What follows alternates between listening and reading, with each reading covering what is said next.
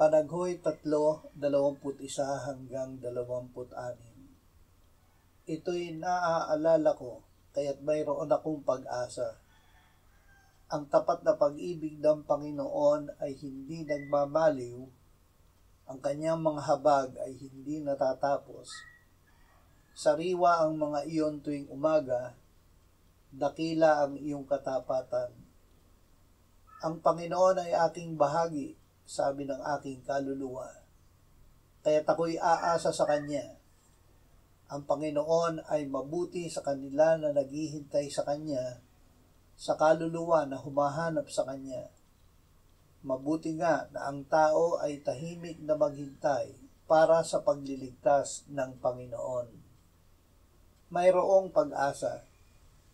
Ibig ng Diyos na tayo ay magkaroon ng pag-asa, pananampalataya at pag-ibig sa Kanya. Ibinigay ng Diyos ang Kanyang salita upang sa pamamagitan ng pagtitiis at sa pagpapasigla ng mga kasulatan ay magkaroon tayo ng pag-asa. Ang pananampalataya ay ang katiyakan sa mga bagay na inaasahan, ang paninindigan sa mga bagay na hindi nakikita. Kay Kristo Jesus, ang may kabuluhan ay ang pananampalataya na gumagawa sa pamamagitan ng pag-ibig. Nanaghoy si Jeremias dahil inusig siya ng mga hinatiran niya ng salita ng Diyos. Ngunit hindi siya nawala ng pag-asa.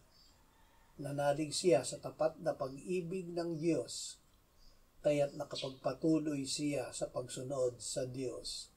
Sa ating pagkabangga,